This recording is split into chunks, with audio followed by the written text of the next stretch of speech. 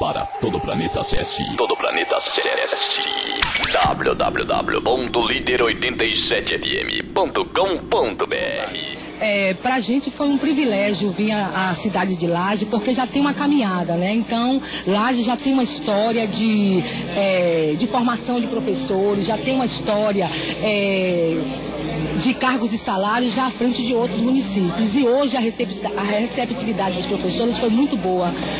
12 e 15 ainda estavam aí participando e a gente discutiu um tema que é um pouco diferente pelo processo de humanização que essa escola precisa. Então, além de dar os conteúdos, é preciso perceber que esses meninos precisam, né, mesmo sendo vilipendiados em casa, eles precisam de uma escola que os acolha do jeito que ele é, não do jeito que nós gostaríamos que ele fosse.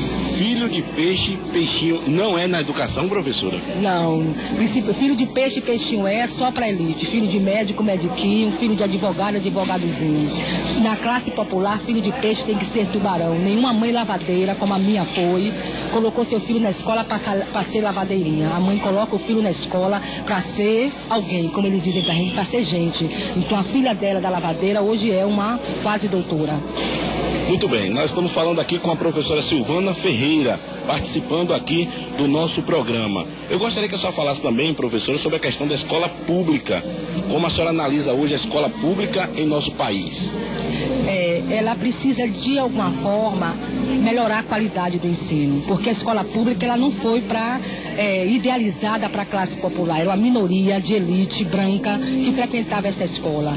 E aí sim ela tinha uma qualidade que as pessoas diziam que de fato era interessante estudar nela. Depois que os pobres entraram, e aí tem um autor chamado Pedro Demo, quando ele disse que quando os pobres estão, os ricos vão embora. No momento que os ricos saíram da escola pública, ela tentou perder o seu valor. Só que agora é preciso resgatar o papel dessa escola pública, porque é na escola que a gente tem a possibilidade de crescer socialmente, economicamente, politicamente e educacionalmente. Então eu acredito nessa escola pública de verdade.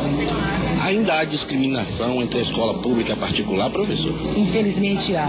Infelizmente, às vezes o professor que ensina na escola pública e ensina na escola particular, eles não têm o mesmo compromisso, não têm a mesma responsabilidade de educar esses sujeitos que estão lá. Então é necessário que a gente entenda que a escola pública ela tem um preço alto, nós pagamos impostos e por isso que é preciso se investir nela. É preciso de uma escola pública de qualidade, por quê? Porque ela não é de graça. Nós somos pagos pelo governo para fazer um bom trabalho e não fazer de conta que essa escola está aí. O professor hoje ele tem que estar preparado para educar de maneira igualitária o filho do rico e o filho do pobre, professor?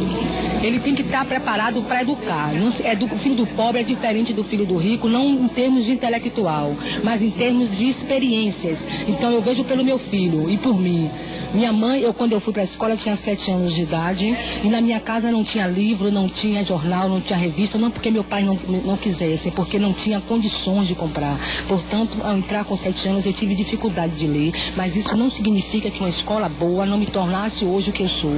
Meu filho com 5 anos, a mãe e o pai letrados, ele já sabia ler e escrever, não por causa da escola, por causa da família que propiciava a ele condições para isso. Mas isso não significa que nós dois não estejamos nos lugares onde a gente tem agora. Essa escola para o pobre tem que ser rica.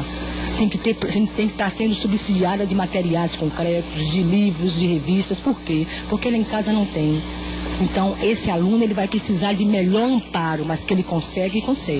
Ele é capaz, Professora, eu gostaria de parabenizar pelo seu trabalho, conversando com alguns professores aqui que foram alunos da senhora, traz boas referências da professora Silvana Ferreira e nossos microfones à sua disposição para as suas considerações finais. Eu vou passar um pouquinho a palavra ao doutor Eduardo, né? Porque Eduardo Chagas, que também é professor e faz comigo essa parceria na escola pública e é uma grande referência para mim, né, em termos de modelo educacional, porque é um professor que fez a escola pública básica, fez o ensino médio na escola pública, fez o mestrado, o doutorado e a simplicidade de um grande doutor, porque reconhece o valor que essa escola pública tem. Então eu passo um pouquinho a palavra para ele, viu? Muito bem, aí a professora Silvana Ferreira aqui no microfone da nossa Rádio Líder FM, também nosso site lider87fm.com.br. Agora nós estamos ao lado aqui do professor e doutor Eduardo. ele que participou também dessa interatividade com os professores aqui hoje pela manhã. E algo que me chamou a atenção sobre a questão, professor, do corporativismo. Na educação não existe tanto como existe em outras classes, por exemplo, como a do policiamento, dos policiais e a dos médicos. Fique à vontade, Rádio Líder FM. Essa ideia do corporativismo ela precisa ser pensada de maneira muito cautelosa, porque há um corporativismo no sentido pejorativo, que normalmente é aquele que nós utilizamos, e há o corporativismo no sentido positivo, que nós chamamos de espírito de corpo. Eu penso que falta essa unidade aos professores no que diz respeito a buscar objetivos comuns.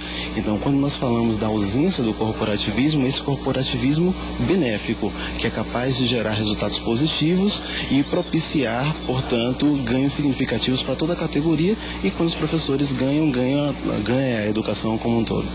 O senhor falou que geralmente as pessoas pagam para ir ao campo de futebol, contribuem com as igrejas, e na educação há de maneira gratuita e às vezes há uma resistência. Gostaria que o senhor explicasse isso melhor, como o senhor explicou na palestra.